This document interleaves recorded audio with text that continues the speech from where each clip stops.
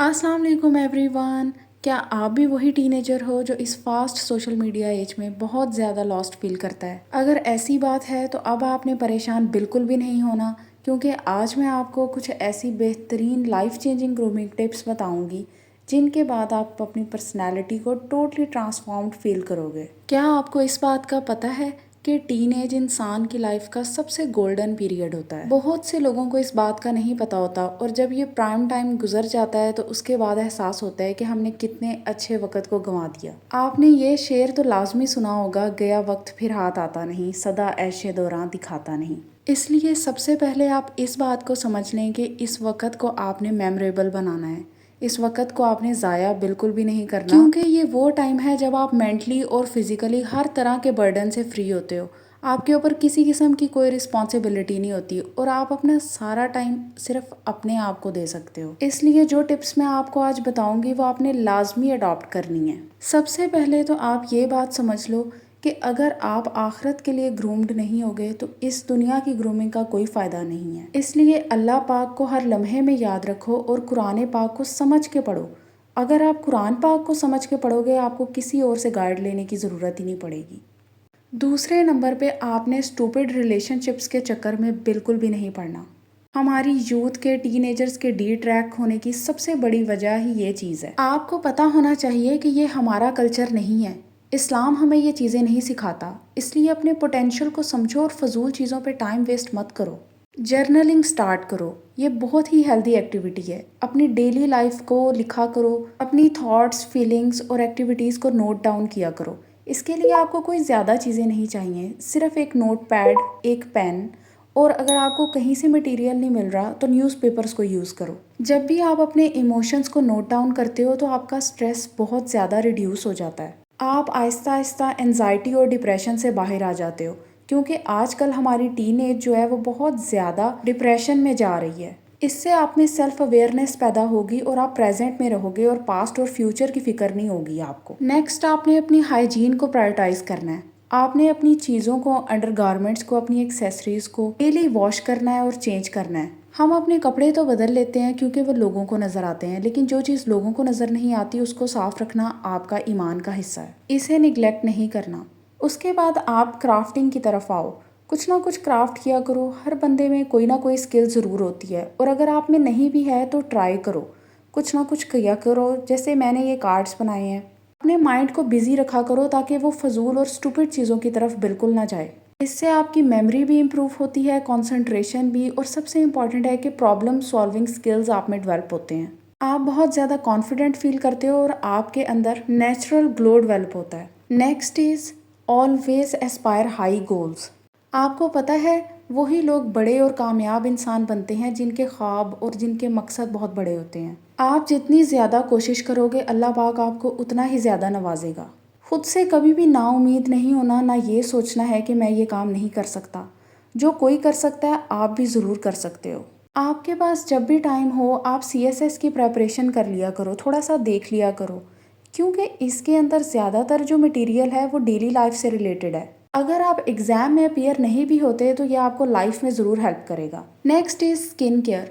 Teen age वो as है जिसके अंदर बहुत ही ज़्यादा दिल करता है कि तरह तरह के फेस पे एक्सपेरिमेंट्स किए जाएं, और स्किन जितनी भी अच्छी हो बंदा अपने आप से सेटिस्फाई होता ही नहीं है। कभी होममेड DIYs लगा रहा होता है फेस पे और कभी महंगी प्रोडक्ट्स खरीद रहा होता है। आपने इस तरह के काम बिल्कुल भी नहीं करने, क्योंकि टीन एज में सबसे ज़्यादा स्किन एक्नी प्रोन होती है। आपने सिर्फ सिंपल रूटीन अडॉप्ट करनी है। दिन में 2 दफ़ा जो है फेस वॉश यूज़ कर लेना है, जो भी आपकी स्किन को सूट करता है। उसके बाद आपने मॉइस्चराइज कर लेना है। जॉनसन्स का बेबी लोशन सबसे अच्छा है, और अगर आपकी स्किन ज़्यादा ड्राई होती है तो आपने बेबी ऑयल यूज़ कर लेना है, लेकिन इसके अलावा कुछ नहीं।